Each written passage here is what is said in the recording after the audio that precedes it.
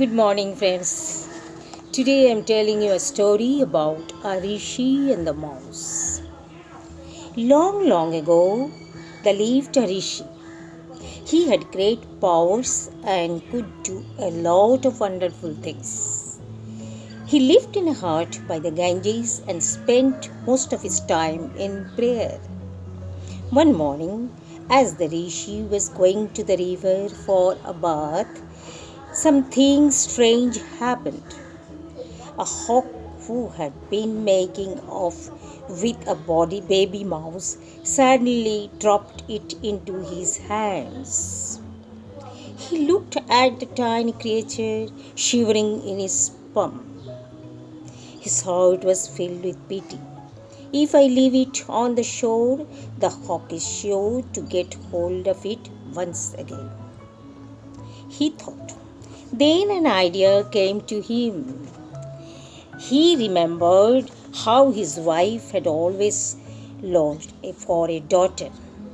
With his great powers, the rishi turned the mouse into a baby girl and took her home to his wife.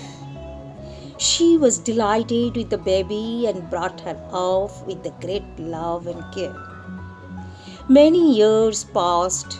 The girl was now old enough to be married. The rishi's wife was very keen to see her happily settled, so she asked him to find a husband for her daughter. The rishi agreed. He decided to call the sun and asked him to marry his child. The rishi's wife was also happy with his choice. After all, who could possibly be more radiant than the sun? So the rishi summoned the sun and said, "O glorious sun, will you marry my daughter?" "Ask your daughter first and see if she is willing," said the sun with a bright smile. The rishi turned to his daughter.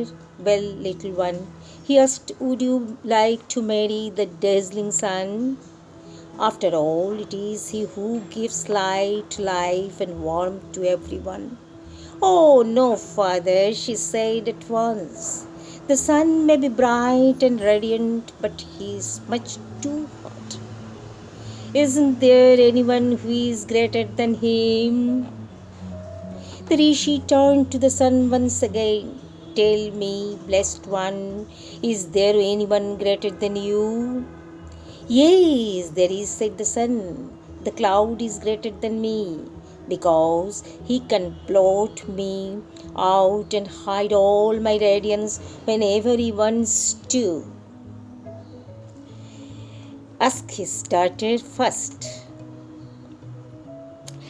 "Will you marry the cloud, my daughter?"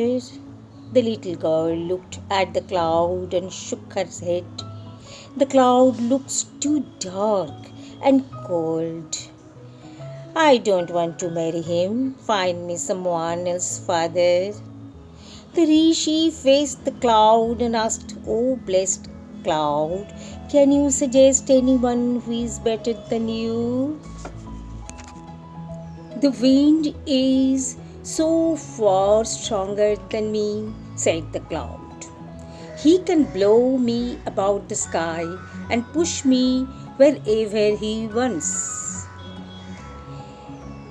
The rishi called the wind, but his daughter turned her face away. "Well," asked the rishi, "do you like the wind? Will you have him for a husband?"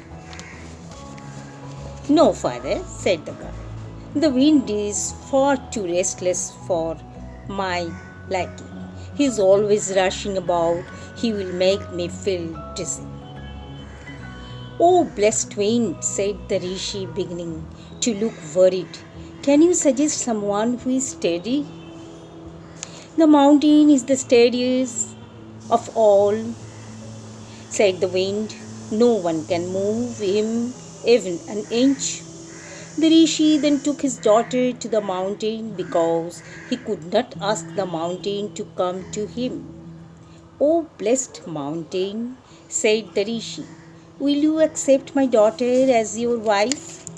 Of course, I will, said the mountain in a deep voice. Well, my little daughter, are you happy now? Asked the rishi. I cannot think of anyone steadier than the mountain. To the rishi's surprise, his daughter turned to him with tears in her eyes. Oh, father, please don't make me marry the mountain. He is so very serious and lifeless. Please find me someone who is active and lively, or I shall be very unhappy. The sage was at his wit's end. What was he to do with a girl who turned down every prospective husband? Oh, mountain, he said, can you think of anyone who is lively and active enough for my daughter? Why don't you ask the king of mice? Said the mountain.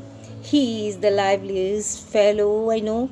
He is very active, always running about. The rishi finally called the king of mice, who came running at his command. His daughter's face lit up with joy as soon as she saw him.